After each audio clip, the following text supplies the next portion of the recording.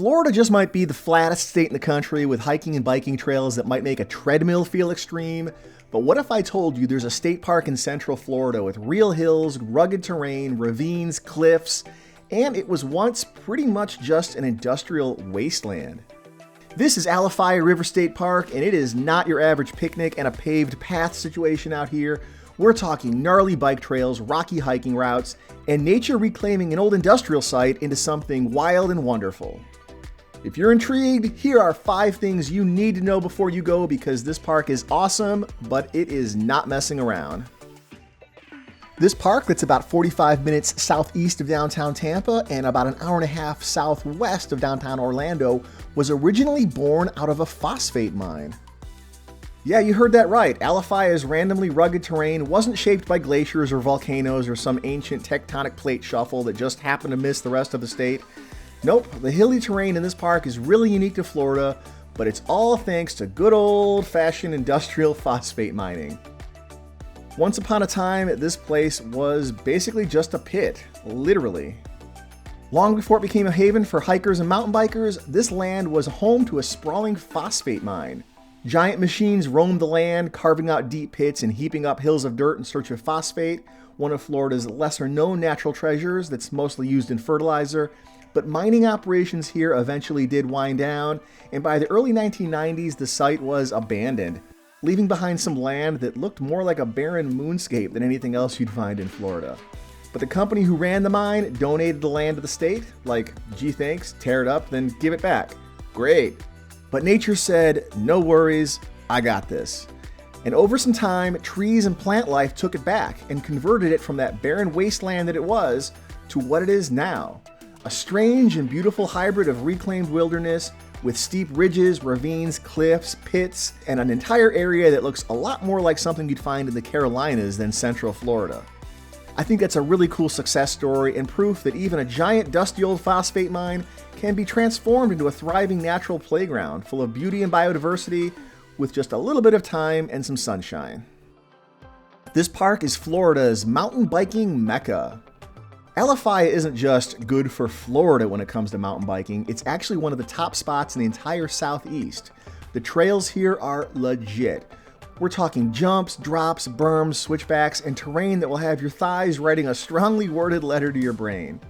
There are over 20 miles of single-track bike trails in this park, and they're color-coded like ski runs. Green for beginners, blue for intermediate, and black for the I do this every weekend and I wear broken bones like a badge of honor crowd. With trail names like Moonscape and Roller Coaster, they're going to give you a tiny preview of the chaos you're about to ride into back here.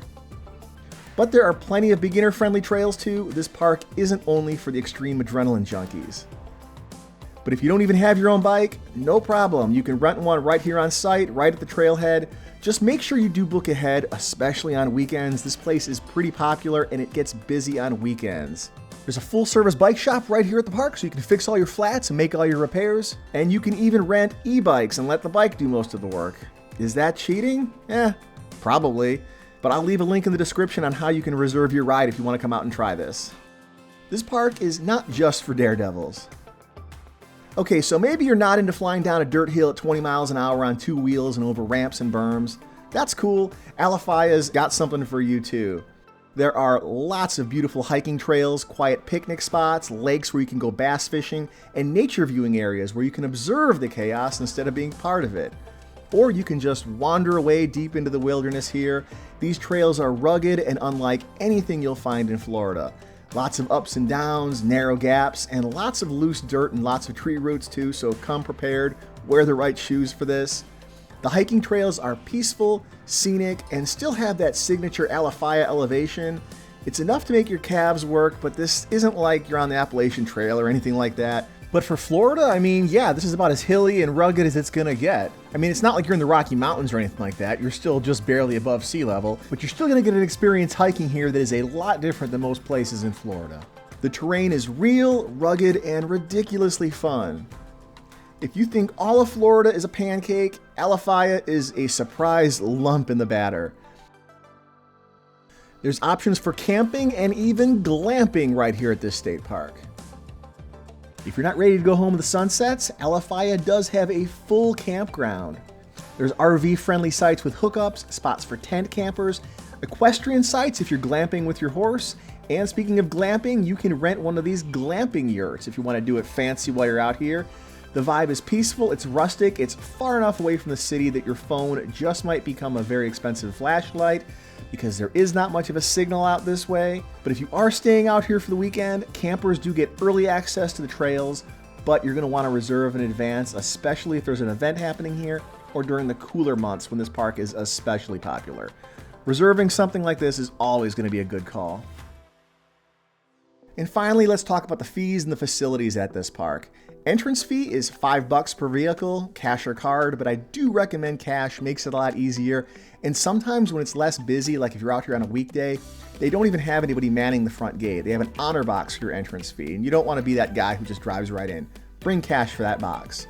The park closes at sunset, there's no night riding here, and for facilities, they have restrooms, picnic areas, a bike wash station, and air pumps. There are bike rentals on site, but like I said before, you really need to reserve ahead, especially on weekends. This park is also kind of in the middle of nowhere and cell service is pretty spotty, so that GPS on your phone might struggle a bit out here if you're depending on that to get around.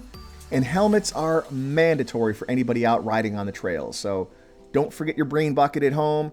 And some of the trails can get slick and muddy when it rains, which, is all the time in the summer, and Florida sun shows no mercy, so plan ahead, pack smart, bring your sunscreen, bring some water, bring your bug spray, don't forget your bug spray, and maybe even leave a trail of breadcrumbs if you're prone to getting lost in the woods without that GPS. Alafia River State Park is wild, it's weird, it's absolutely worth the trip, especially if you're into mountain biking, and if you want to hike in a place that doesn't look like anything else you're going to find in Florida. So if you're looking for something to do on Florida's rugged side and you're not afraid to get a little dirty or a little sweaty, add this place to your bucket list. And if you liked this video, hit that like button, hit that subscribe button for more Florida adventures from the theme parks to the state parks, and drop a comment if you've tackled Alafia or if you know another underrated park we should check out. See you in the next one.